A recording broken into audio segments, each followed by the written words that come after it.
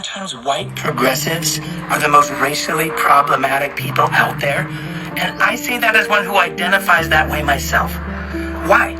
Because we know all the words to say, all the words not to say, all the correct anti-racist positions to hold. But if in the midst of that, we're not doing work on ourselves, we're not getting out from underneath some of the white supremacy that's been embedded into us just by growing up as white people in America, we're not making choices to get closer to the real-time damage that racism is doing, well, then our positions ring hollow, and it really becomes an exercise in self-righteousness, because we have these positions with no skin in the game.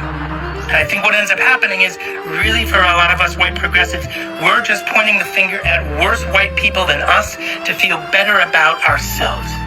That does not make us better allies. In fact, I think these issues make us draining and annoying and impossible to be around. Hello, my water beings. My name is Eris.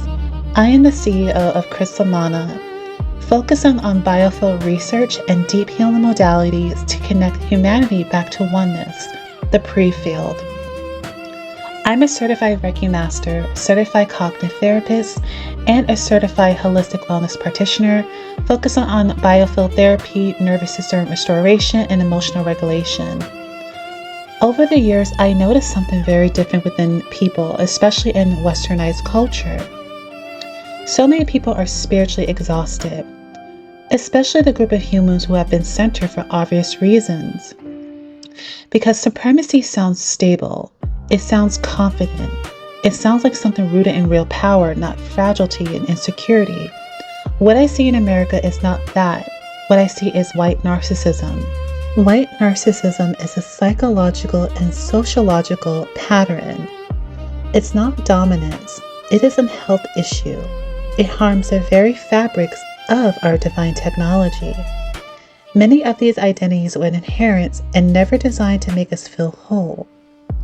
So many people have been conditioned to live through fear, performance, separation, overstimulation, and disconnected from their own spirit, biofield, and heart. Not because they're bad people, not because they're incapable of love, but because many people have been disconnected from their self for a very long time. Disconnected from their bodies, disconnected from stillness, disconnected from intuition, disconnected from emotional intelligence and presence, and disconnected from the natural rhythm of life itself, plasma. This video is not about attacking white people, it's about talking honesty about conditioning, identity, trauma, fear, and emotional programs many people unconsciously inherit. Historically, the idea of whiteness as a racial identity was social construct over time in the late 1600s. Historians and researchers have documented how these categories evolved politically and culturally over centuries to brainwash a group of people disconnected from source and connected to AI. That history matters because identity shapes perception and perception shapes behaviors. When people are raised inside an energy farm system that constantly reinforces fear, separation, competition, emotional suppression, overstimulation, and disconnected from the body, the nervous system can begin living in survival mode without even realizing it.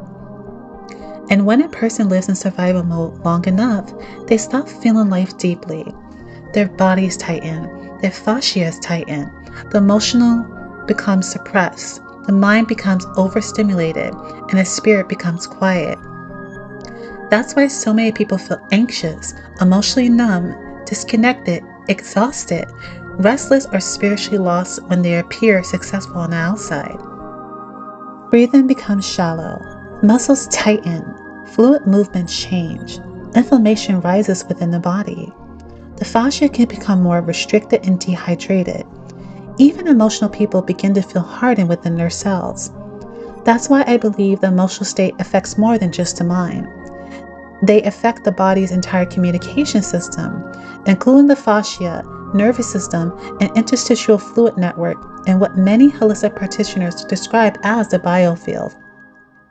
The biofield can be understood as the body's energetic informational environment. The heart produces electromagnetic activity, the nervous system communications electrically, the brain operates through signaling pattern in rhythmic waves, even within the body, constantly communicating. When someone lives in fear long enough, their entire system can begin operating from contraction instead of oneness and openness. Many ancient traditions believe the human body carries memory, energy, consciousness, and emotional imprinting far beyond what we consciously perceive. Today, modern research is beginning to explore the relationship between stress, trauma, fascia, interstitium, fluid, communication, bioelectric signaling, meditation, and the human biofield. The human body is electrical signaling tuning fork, always in motion. At Crystal Mana, my work is about helping people reconnect with their deepest inner self beyond those layers of conditioning.